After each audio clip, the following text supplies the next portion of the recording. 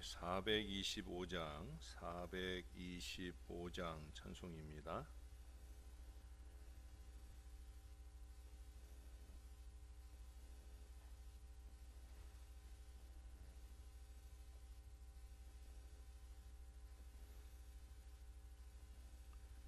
주님의 뜻을 이루소서. 고요한 중에 기다리니 진흙과 같은 날 빚으사 주님의 형상 만드소서. 주님의 뜻을 이루소서. 주님 발 앞에 엎드리니 나의 맘속을 살피시사 눈보다 희게 하옵소서. 주님의 뜻을 이루소서. 병들어 몸이 피곤할 때 권능의 손을 내게 펴사 강건케 하여 주옵소서. 주님의 뜻을 이루소서. 온전히 나를 주장하사 주님과 함께 동행함을 만민이 알게 하옵소서. 4절 한 번 더 합니다. 주님의 뜻을 이루소서. 온전히 나를 주장하사 주님과 함께 동행함을 만민이 알게 하옵소서.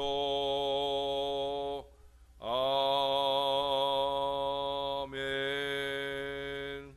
그 다음 찬송 한 장 더 합니다. 426장 찬송입니다.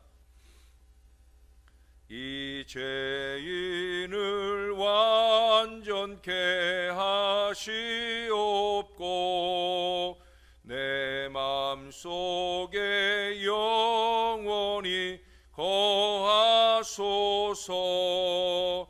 죄 가운데 빠졌던 몸과 마음을 흰 눈보다 더 이게 하옵소서. 눈보다 더욱 희어지게 곧 씻어서 정결케 하옵소서. 저 보좌에 앉으신 주 예수여 이 몸 주께 드리니 받으소서. 내 마음과 지식도 드리오니 흰 눈보다 더 이게 하옵소서. 눈보다 더욱 희어지게 곧 씻어서 정결케 하옵소서.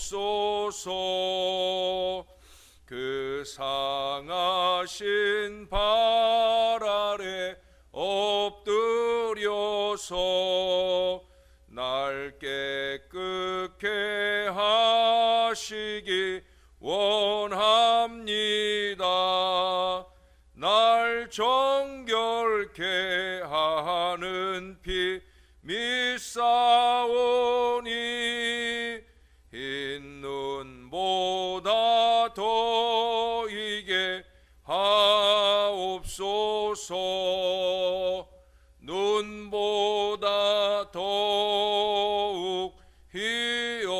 지게 곧 씻어서 정결케 하옵소서.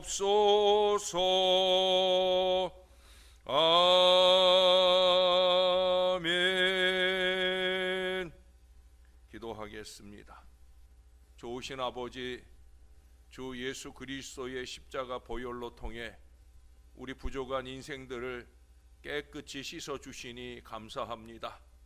우리가 깨끗하고 거룩하게 되는 가장 큰 이유는 이 깨끗한 아름다운 신앙을 따라 우리 주님을 기쁘시게 하기 위해 쓰임받기 위함입니다.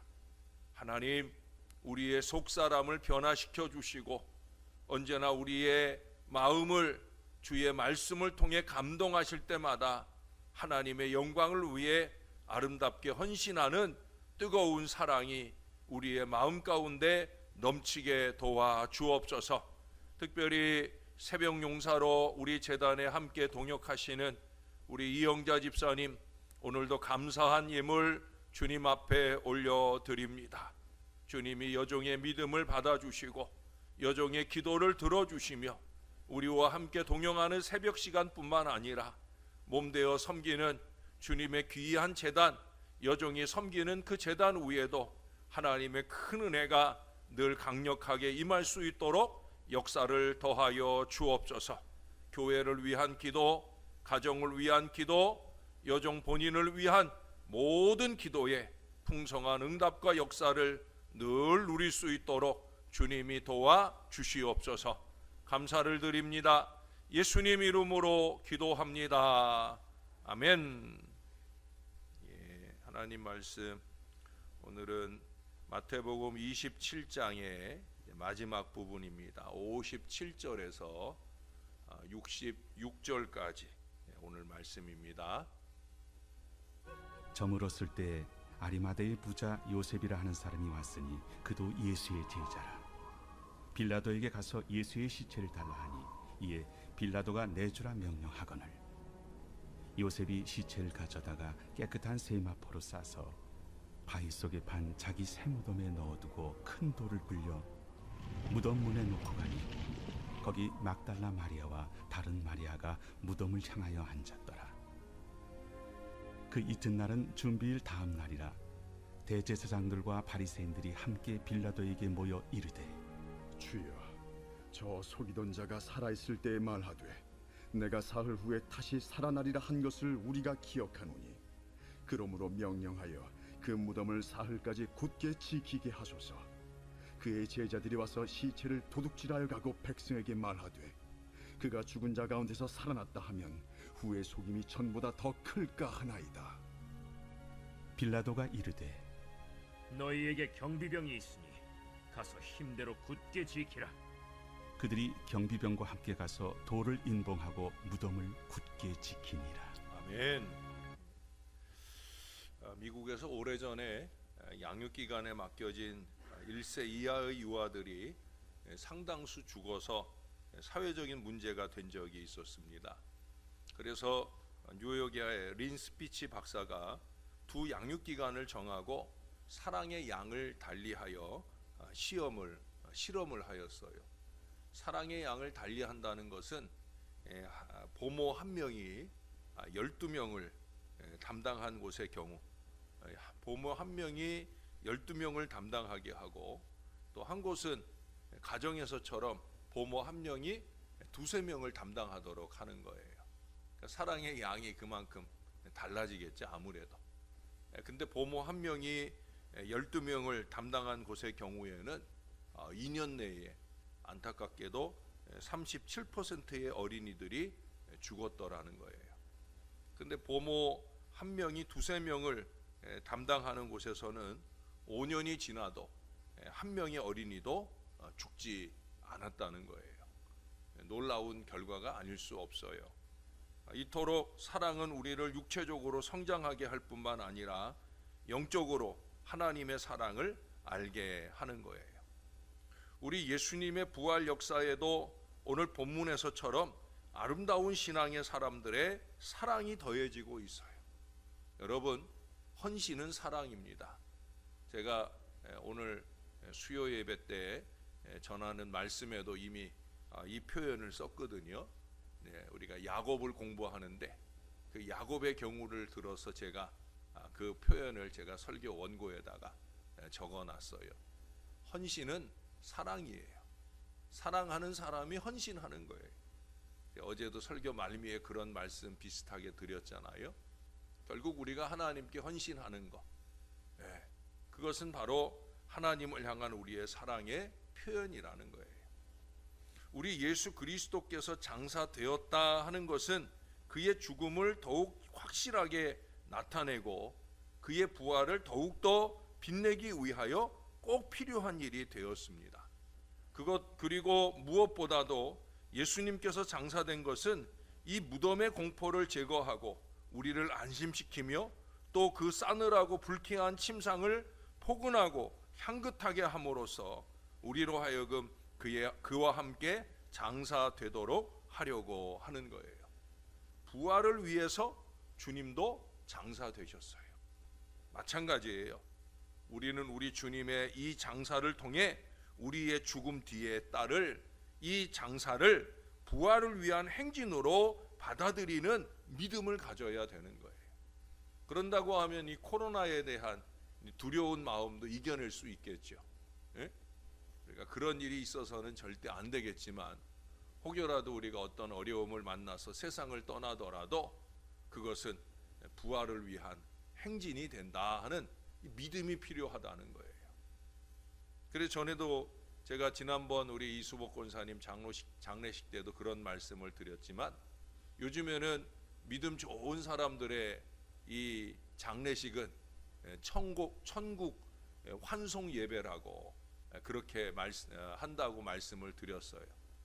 혹시 이 가운데 저보다 오래 사시는 분이 계시면 제가 세상을 떠나고 장례식을 할 때 꼭 그렇게 쓰여 있는 현수막을 볼 수 있을 거예요. 김명준 목사 천국 환송식 이렇게 적혀 있는. 저는 솔직히 조화를 보낼 때도 그렇게 보내고 싶을 때가 많아요. 천국 환송, 천국 환송, 이렇게 믿음으로 살다 가는 사람에게는 그런 마지막이 되어야 된다는 거예요. 자, 이 주님의 장사를 치른 사람은 57절에 소개하는 대로 아리마대 요셉이었어요. 그때 사도들은 모두 달아나고 없었고요. 우리가 어제 말미에 본 것처럼 그리스도를 끝까지 따랐던 그 간절했지만 무력한 여자들은 감히 이 일에 개입하지 못했습니다. 그래서 하나님은 이 선한 사람을 감동시켜서 그 일을 하도록 하는 거예요. 하나님께서는 해야만 할 일이 있을 때 그 일을 할 수 있는 방편들을 찾아내셔요.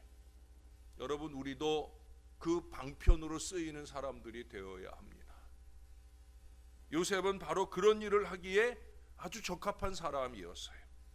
그 이유는 다음과 같습니다. 첫째로 꼽을 수 있는 것은 그는 부자였어요. 그는 부자로서 그 일을 할 수 있는 재력을 가졌다는 거예요. 그리스도의 제자들은 대부분 가난한 사람들이었습니다. 그러나 그는 부자로서 언제든지 재력을 필요로 하는 일에 봉사할 준비가 되어 있었습니다. 세상적인 부는 그리스도를 섬기는 일에 있어서 특권이 될 뿐만 아니라 기회를 주기도 합니다. 언제나 여러분은 우리에게 남보다 조금이라도 더 물질을 주셨다 하는 것은 이와 같은 헌신에 준비되게 하심이다 하는 것을 잊지 말아야 되는 거예요. 두 번째로는 그는 우리 주 예수님께 큰 감동을 받았다는 거예요. 여러분들도 아마 헌신 전에 그 감동을 받는 일이 있을 거예요. 여러분, 감동받은 마음을 절대 내팽개치지 마셔요. 그는 감동받은 마음을 표현하려고 합니다.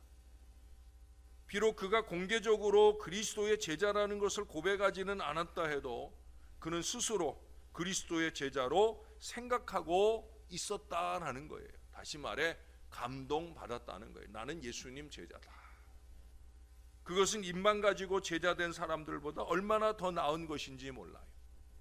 여러분, 제자는 특권이 아닙니다. 겸손한 섬김과 헌신의 요청에 대한 조용한 응답입니다. 그게 참 제자죠. 감동받으면 그 감동받은 걸 결단하고 실천해야 되는 거예요. 요셉은 예수의 시체에 수의를 입힙니다. 그는 존귀한 공의 의원이었지만 그 수치스럽고 저주받은 십자가에서 직접 그 시체를 자기의 팔로 안아서 내렸습니다. 왜냐하면 그리스도를 진실로 사랑할 경우 그를 위해 자기를 낮추는 어떤 일도 천하게 생각되지 않기 때문입니다. 그리고 그는 그리스도의 시체를 가져다가 깨끗한 세마포로 쌌어요. 그것은 세마포에 싸서 장사하는 것이 그 당시의 일반적인 관습이었기 때문입니다. 이처럼 평범하게 경건한 마음을 가지고 자기를 낮추어야 기꺼이 올바른 그리스도인이 될 수 있는 거예요. 헌신한답시고 교만을 끄집어내는 사람들이 많이 있어요. 다른 사람들을 불쾌하게 하는 사람들이 많이 있어요. 그건 아름다운 헌신이 아닙니다. 헌신은 겸손한 거예요. 헌신은 자기를 낮추는 거예요. 그때 비로소 하나님이 기뻐하시고 아름답게 쓰임받게 되어집니다.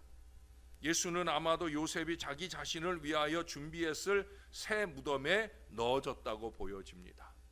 그 무덤은 아주 빠른 시일 내에 부활하게 될 그의 몸이 누워있기에 결코 더 나쁜 곳이 아니었으며, 또한 무덤을 단시일 내에 자기의 소유로 만든 곳 치고는 다른 곳보다 훨씬 더 훌륭한 곳이었습니다.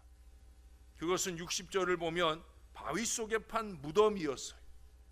그리스도의 묘실은 견고한 바위 속에 있어야 했습니다. 그것은 그의 제자들이 그 묘실에 와서 그의 시체를 훔쳐갔다고 의심을 하지 못하도록 하기 위한 아주 좋은 방편이 아닐 수 없어요. 이것은 죽은 자를 장사할 때 행해진 유대인들의 관습을 따른 것 그 이상이라고 말할 수 있다는 거예요.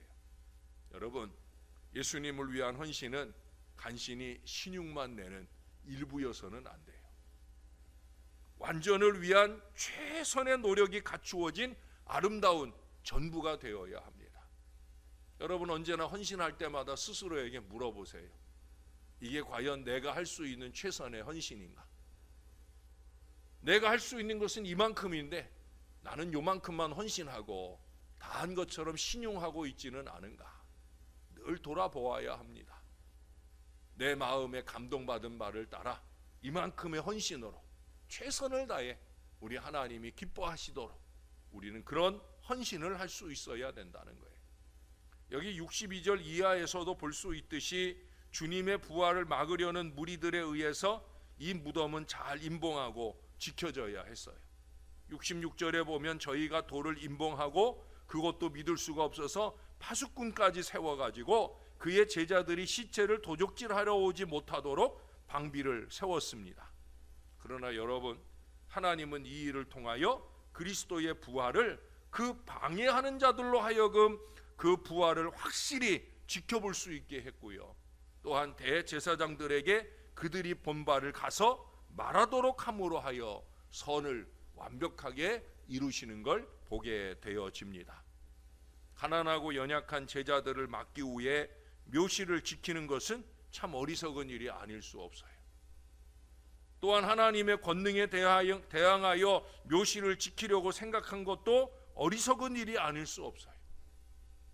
그럼에도 불구하고 그들이 그 일을 하게 된 건 왜 그렇겠습니까? 그 이유는 그렇게 한다 해도 무익할 뿐 아니라 아무런 효과도 얻지 못할 것이기 때문에, 오히려 그렇게 확실하게 지켜놓았기 때문에 더욱더 주님의 부활은 확연하게 믿는 제자들에게만 아니라 믿지 않는 자들에게 의해서도 분명하게 증거되어지게 되었기 때문이에요. 꽃이 봄을 기다리듯, 별이 아침을 기다리듯, 노란 옥수수가 여름을 기다리듯, 나사로가 감미롭고 깊은 꿈속에서 그를 깨울 예수님의 목소리를 기다리듯, 우리 주님의 성스러운 죽음은 부활을 기다리고 있는 것입니다. 한 숨은 제자의 아름다운 헌신과 악한 세력들의 철저한 봉쇄 속에서도 그 모든 것들을 섭리하시는 하나님의 뜻은 놀라운 부활의 아침을 기다리게 합니다. 사랑하는 여러분, 우리도 그 섭리를 믿으며 그 섭리를 이루는 우리의 헌신을 주님의 거룩한 뜻을 이루기 위하여 언제나 최선을 다해 쏟아 부어 드릴 수 있는 감춰진 그리스도인의 제자가 되어야 합니다. 나는 나의 마음에 감동받은 바를 최선을 다하여 헌신하지만 세상 가운데는 요만큼도 드러나지 않는 그런 참 그리스도의 제자로서 주님의 큰 영광의 꽃, 부활의 꽃을 힘차게 피워낼 수 있는 저와 여러분, 아름다운 신앙자들이 다 되시기를 우리의 구주 되시는 예수님의 이름으로 간절히 축원합니다. 기도하겠습니다. 하나님, 이 사순절 기간에 우리 주님의 마지막을 살필 수 있도록 인도해 주신 것 감사합니다. 절망적으로 읽을 말씀이 아니라 소망의 말씀으로 읽을 수 있도록 우리에게 부활의 확실한 증거를 더해 주셔서 감사합니다. 오늘 아리마대 사람 요셉의 아름다운 헌신을 봅니다. 비록 드러내놓고 행하는 제자의 모습은 아니었을지라도 그는 그 어떤 제자보다 완벽한 헌신을 통해 예수님을 향한 자기의 사랑, 자기의 감동을 확증해낸 것을 보게 되어집니다. 주님, 우리의 마음도 아리마대 사람 요셉과 같은 마음으로 주님의 기쁨을 이룰 수 있게 도와 주옵소서. 우리도 주님을 사랑합니다. 우리도 주님을 뜨겁게 사랑합니다. 우리의 마음 가득 넘치는 사랑을 더해 주시고 우리 주님께 영광이 되는 뜨거운 사랑으로 우리의 헌신을 늘 이루어낼 수 있게 역사를 더하여 주옵소서. 우리에게 시간이 있습니다. 우리에게 건강이 있습니다. 우리에게 물질이 있습니다. 무엇보다도 우리에게 감동받은 마음이 있습니다.